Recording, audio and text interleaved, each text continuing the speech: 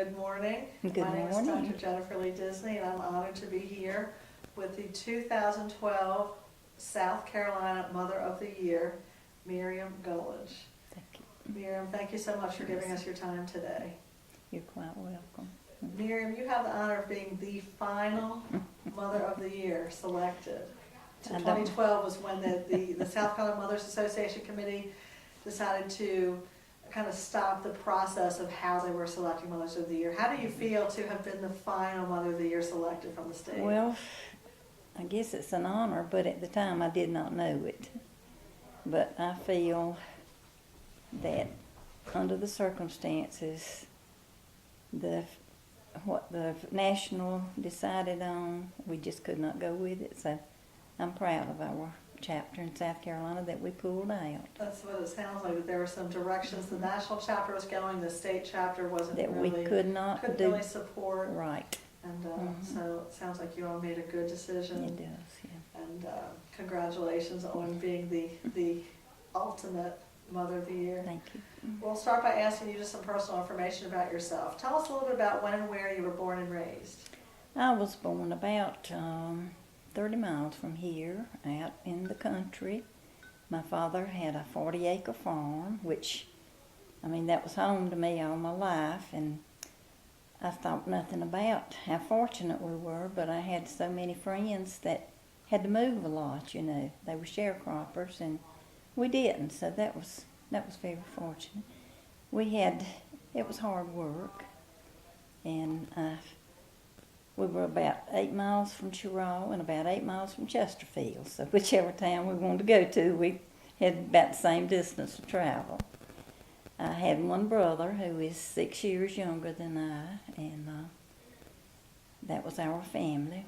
My father died at 52, which was mighty young, with a cerebral hemorrhage, and I was glad to get up past that age. And of course my grandmother, McRae, lived to be 98, so I hope I got some of her genes. And she was such an inspiration to me, and I'm sure she looks down from heaven and is just proud of our family. I'm sure. I know she is. Is there anything else you want to share about your family or your early childhood experience growing up? Well, I remember from the time I was 12 till I was about 16, I worked at my uncle's store in McFarland, North Carolina. And it was just a little store that had anything you needed: groceries, feed, material to make clothes, ready-made clothes, shoes, even a little grill at the back so you could get sandwiches. And it was just but he would pick me up about 6 o'clock on Saturday morning and bring me home about 12 o'clock that night. So it was a long day. Wow, that was a long day. And I remember making $6 a day. Wow. And I remember paying for my music lessons and buying material for Mother to make me dresses. I could find something in a catalog and show it to her, and she could sit down and cut it out and make it without a pattern or anything. Now, Wow. I did not inherit that trade. But That's great. yes, it was a good childhood. That's great. Tell us about your education and your young adult life, and maybe what were your dreams, goals, and aspirations as a young woman? Well, I've finished the 11th grade, and I was so in love. I met my husband, Robert, in school. We went to school together. And my daddy wanted me to go to school and study music so badly, go to college, you know. But we got married that summer. And then we started having 7 children. 7 children. And That's amazing. it was hard, but it's been worth it, I tell you. And since he died, I guess it was my 3rd daughter, said, "Mama, you have 7 children, and there are 7 days in the week. So each child has a day to call me and check on me and make sure everything's going good." And they do it. That is a beautiful story. Ann Flynn told us yesterday, make sure you ask Miriam to tell you about her 7 children. I also know that you have 7 nicknames for each child, and then the sort of the 7 days of the week that they each call you. So we're supposed to ask you their nicknames and what day of the week they call you. I don't know about nicknames, but it's just. But why don't you tell us anything you want to share about your 7 children? You want me to tell you all about my 7 children? If you would like to, we'd love to hear. My oldest, Ann, she works for a dentist in Sherrall. She has worked for several physicians. In fact, my 3 oldest daughters worked for Dr. Wiley, who was a physician in Chesterfield when they were in high school. And that, I think, taught them a lot about drugs, about medicine and everything, you know. And then Kathy, the second one, she was vice president of Medical University in Columbia. Wow. But she's just been promoted to assistant dean, and so we're proud of her. Wow. And Ellen, the third one, is a physical therapist. All 3 of them, David works in the office at Duke Energy in Hartsville now. It is Duke Energy now. Barbara, my youngest daughter, is the commissioner for rehabilitation in South Carolina. Wow. And then Dean, my youngest one, is I'll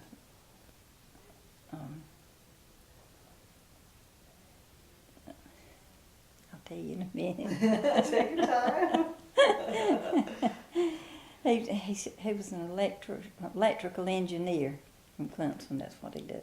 Wow. And Danny, so it's hard to keep up with him. It's hard. I have 1 I can't keep up with. I know. How have you kept up with 7? It's been hard. But then my grandchildren, let me tell you about them. My oldest all 5 of my granddaughters have finished college, and one's an orthodontist, and one is a cardiologist. So, and 2 of them that have children, so my great-grandchildren, have been lucky enough to stay at home with them until they get in school, you know, and everything. So, you look too young to have great-grandchildren.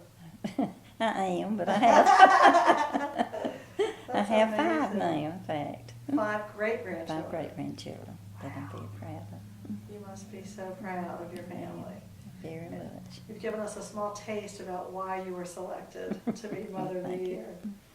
I want to go back to something you said earlier. When you worked at your uncle's store, you talked about you made $6 a day, and you could help pay for your music lessons. What kind of music lessons did you take? I took piano. Piano. Mm-hmm. So when your dad wanted you to go to college, it was for piano? That's what he did. He played piano. Your dad played piano too? And I have learned pretty much on my own to play an organ, and I'm the organist at our local funeral home. Oh, wow. And Ann Flynn just had a fit when she met the owner of it.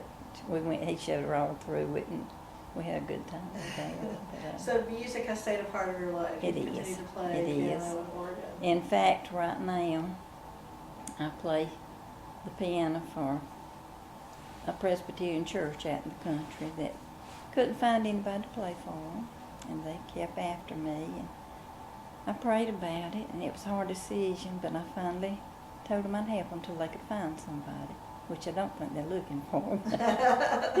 But I go to my church, Baptist church, for Sunday school, and then on to their church for preaching service and play for them every Sunday. So I'm still using it. So you mentioned some of your grandchildren who were able to stay home raising the young great-grands in their early years. You were raising 7 children. Were you able to stay home to raise those 7 children? Were No. you working? I Tell had us to a little work about too. that. I had to I work too can because we couldn't were imagine not. one salary being able to take care of that. It was hard, I tell you, but both of us worked, and my husband was a good provider. I mean, he really brought home the bacon, as they say. You know. But it was hard. But I was very lucky to have the people that I had to come to my house and keep my children when they were growing up. That was not unheard of then, but it is now. I think. So where did you work when you were working? When I your kids was were growing up? a bookkeeper in our county for about about all my working life. Automotive bookkeeper. And I've always liked anything to do with arithmetic, numbers. I still like to balance my checkbook. But that was what I did for my living. So you've mentioned a couple of the activities, the employment, things that you've done. Talk a little bit more about the activities you've been involved in when your kids were young, things that you did in terms of, and then also as your kids were growing up, activities you got involved in terms of family, education, community, employment, any and all of those things. I worked as a county bookkeeper for about 7 years in Chesterfield County, and I even ran for office of auditor. She retired, the lady that was auditor that year, but I lost by 80 votes. 80 votes. But that was quite an experience. Wow, right. And I covered, our county is very large, as I found out, trying to visit as many people as I could for that. So, was your opponent a man or a woman? man.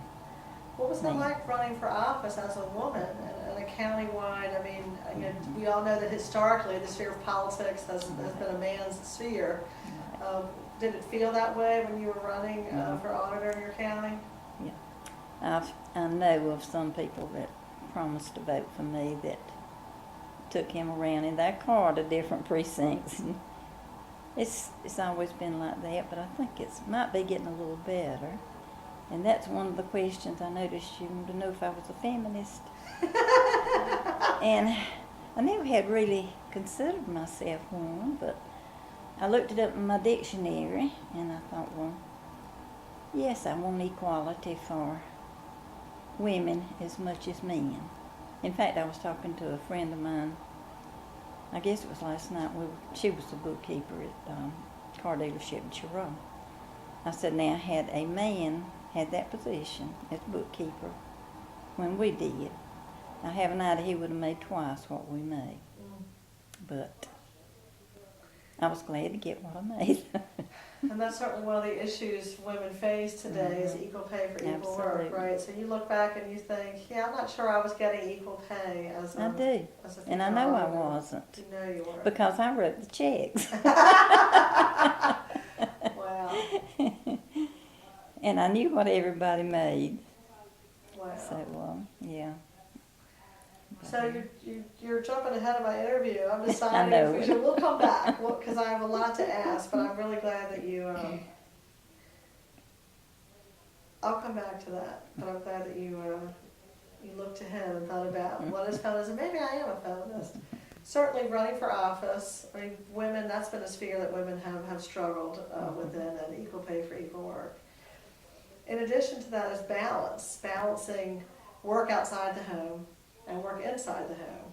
And you have had to balance, you must be an amazing, to be able to balance raising 7 children, working as a bookkeeper, being underpaid as a bookkeeper, running for auditor and doing other, I'm sure, volunteer work in the community. How were you able to balance everything that you did? Really, I look back, well, in fact, my youngest daughter asked me last weekend, she said, Mom, could I ask you something? I said, sure. How did you raise all of us? I said, with the good Lord's help, so I can tell you, because I look back now and think, how in the world did I do it? But I don't know, I just took each day at the time, but that was 9 people to cook for every meal, and so many times they had extra ones in, friends and all that washing and ironing. And back in that time when my husband came along, the housework and raising the children was women's work. Now, he had a big garden and he loved to watch it grow, but when it got ready to pick and can and freeze, it was mine then. And how, I don't know, but I did it. Wow. It was hard. It really was, but I wouldn't trade my 7 for anything. You just spoke beautifully about that division of labor that we've all grown up with what's considered men's work and what's considered women's work. And I think that that's part of how the difficulty for women to balance, because we are working outside the home to bring home additional bacon, especially in your case, just like he is, raising 7 kids. But when it comes to work inside the home, he's not also helping with that work inside the home, the cooking, the laundry, the cleaning.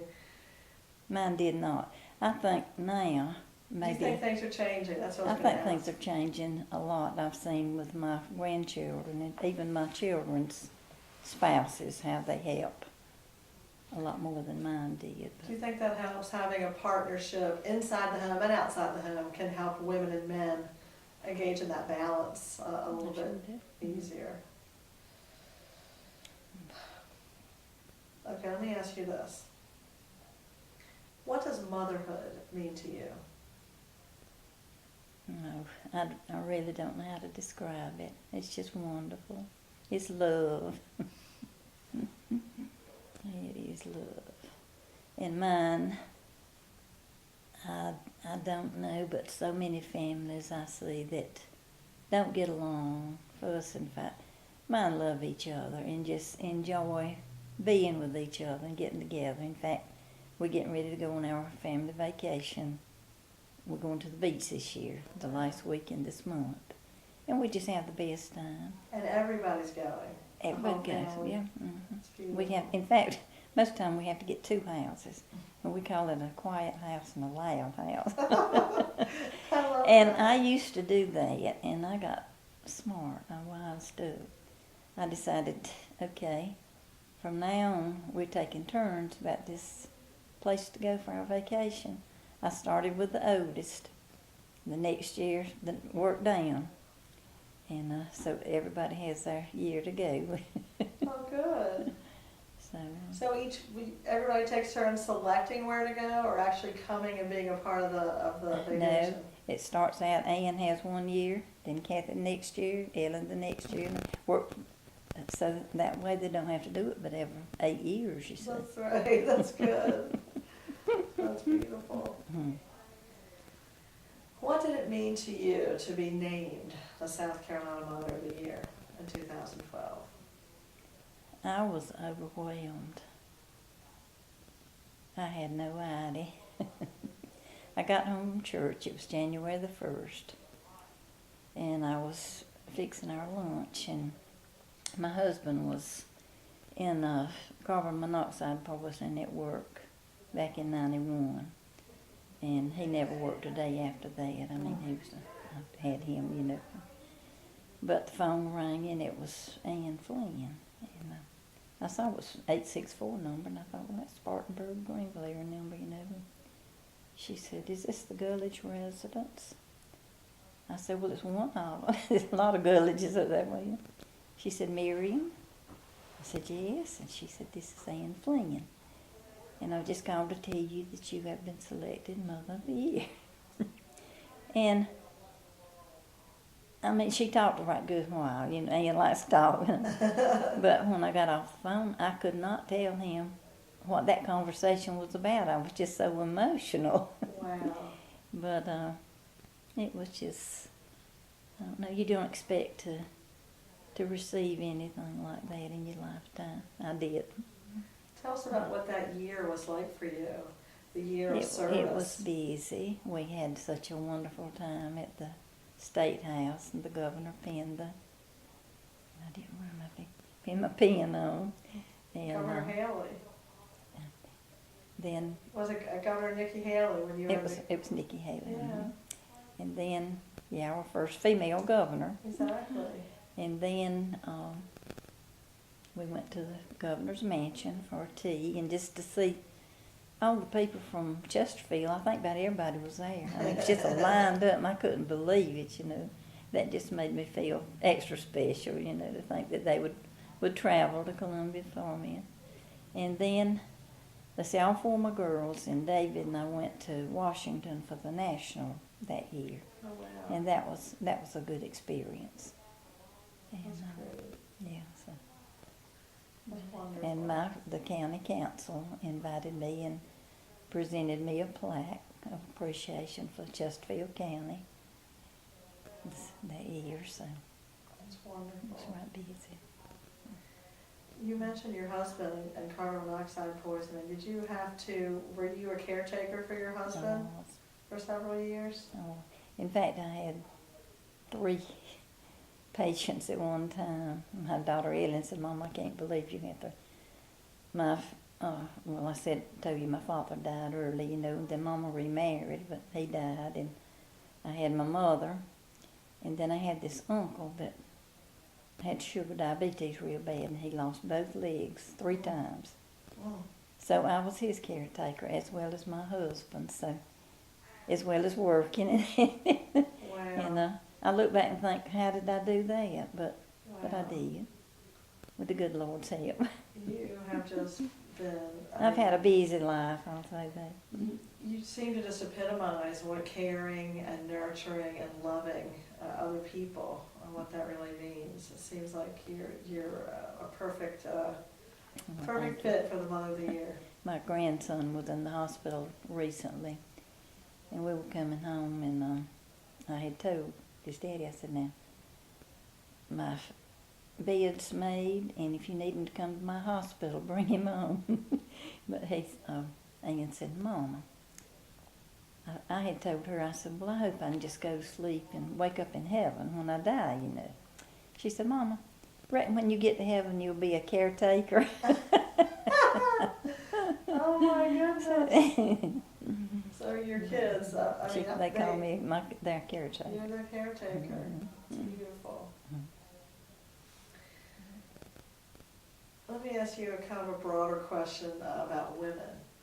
What do you think are the most important issues facing women today?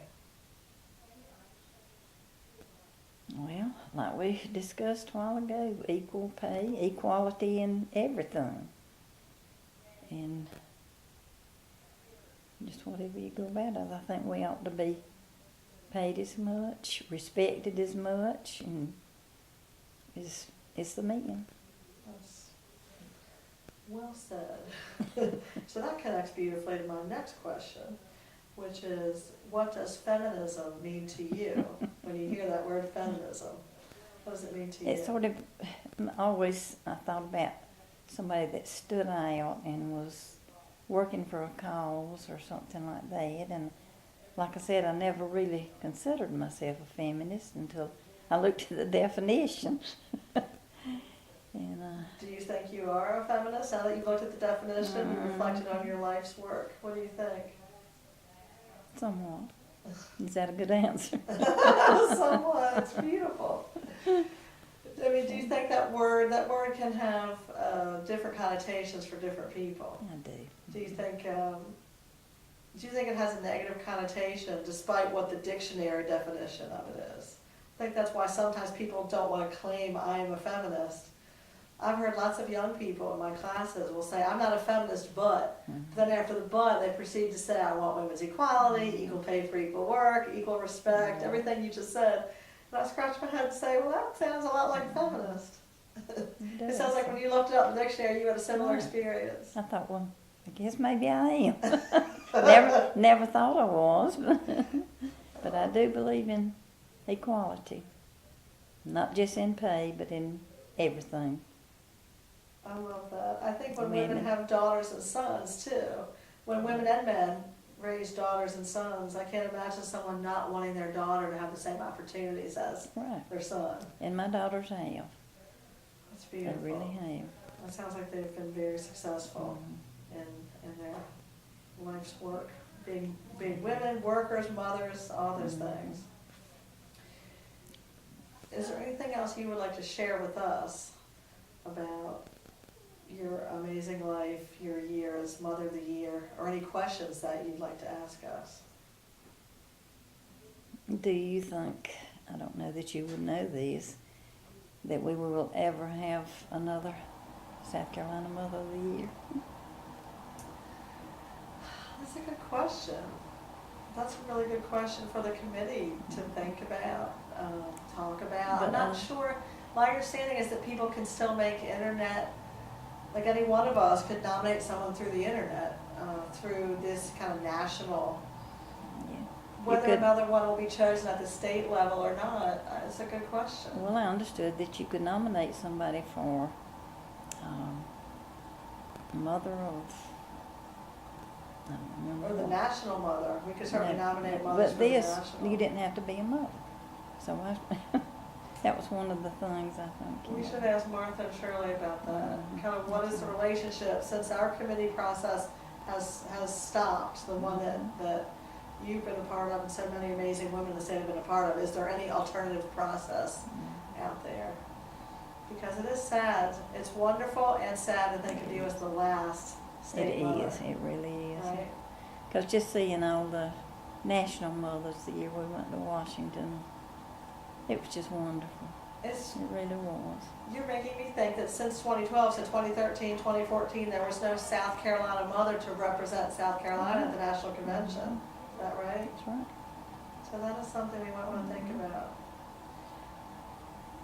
This reminds me of a question I didn't ask you. You've obviously been a working mother your whole life. Do you think women's work and women's roles as mothers are adequately recognized by society? Not really.